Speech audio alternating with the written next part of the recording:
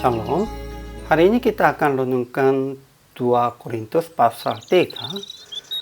Teksnya ayat 1 sampai 18 dan hari ininya sudah bagi 3 paragraf. Paragraf yang pertama ayat 1 sampai 3.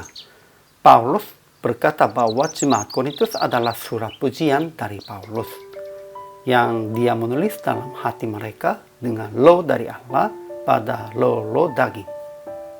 Paragraf yang kedua, ayat 4 sampai 11. Paulus berkata, kesanggupan kami adalah pekerjaan Allah. Allah membuat Paulus sanggup menjadi pelayan dari suatu perjanjian baru dengan roh menghidupkan. Paragraf yang ketiga, ayat 12 sampai 18. Orang-orang yang pikirannya menjadi tumpul itu sebab selubung Musa masih tetap menyelubungi mereka, akan memahami tentang Kristus setelah selubung itu diambil daripadanya. Kesimpulannya, Paulus berkata kepada mereka yang mempersoalkan hak rasul Paulus. Menurut Paulus, jemaat Korintus adalah surat pujian dari Paulus yang Paulus menulis dalam hati mereka bukan dengan tinta tetapi dengan roh dari Allah, bukan pada roh batu melainkan pada roh daging. Orang-orang lain akan mengenal kasih Allah dan tentang Paulus. Dia berkata, kesanggupan kami adalah pekerjaan Allah. Allah membuat Paulus sanggup menjadi pelayan dari suatu perjanjian baru dengan roh menghidupkan. Sehingga lebih mulianya pelayanan dari roh. Menurut Paulus, orang-orang yang pikirannya menjadi tumpul itu sebab selubung Musa masih tetap menyelubungi mereka. Jadi tidak bisa memahami tentang Kristus. Tetapi setelah selubung itu diambil daripadanya, mereka akan merdeka dalam roh dan akan diubah menjadi serupa dengan gambarnya yang mulia.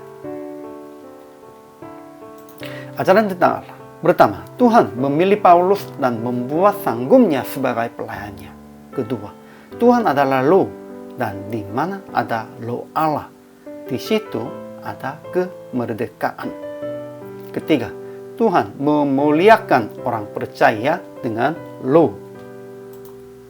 Ajaran tentang manusia. Pertama, jemaat Korintus adalah surat pujian dari Paulus yang Paulus menulis dalam hati mereka bukan dengan tinta, tetapi dengan roh dari Allah, bukan pada roh batu, melainkan pada roh daging. Orang-orang lain akan mengenal kasih Allah dan tentang Paulus. Kedua, Paulus berkata, kesanggupan kami adalah pekerjaan Allah.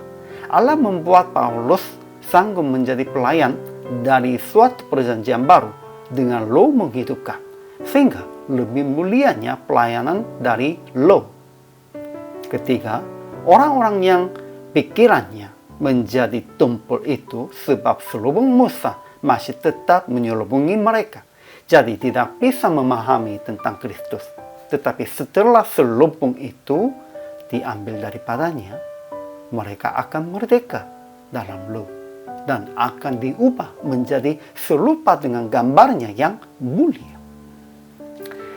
Aplikasinya. Pertama, melayani dengan hati murni dan hati Tuhan supaya jemaat menjadi surat pujian tentang Allah. Kedua, semangatkan pelayanan-pelayan dalam jemaat dengan kata, kesanggupan kami adalah pekerjaan Allah. Ya, kesanggupannya hanya dari Tuhan.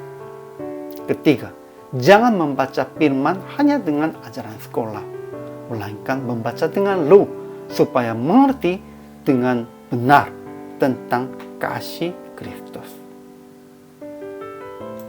Jadi praktiknya, melayani dengan segenap hati yang murni dan dengan kesetiaan menghadap Tuhan, supaya jemaat menjadi surat pujian tentang Kristus dan tentang Anda. Ya, kita semuanya surat pujian tentang Kristus. Ya, melalui kehidupan kita, melalui hasil kehidupan kita, Tuhan dipuji atau Tuhan juga diolok-olokkan. Itu tergantung kepada kita.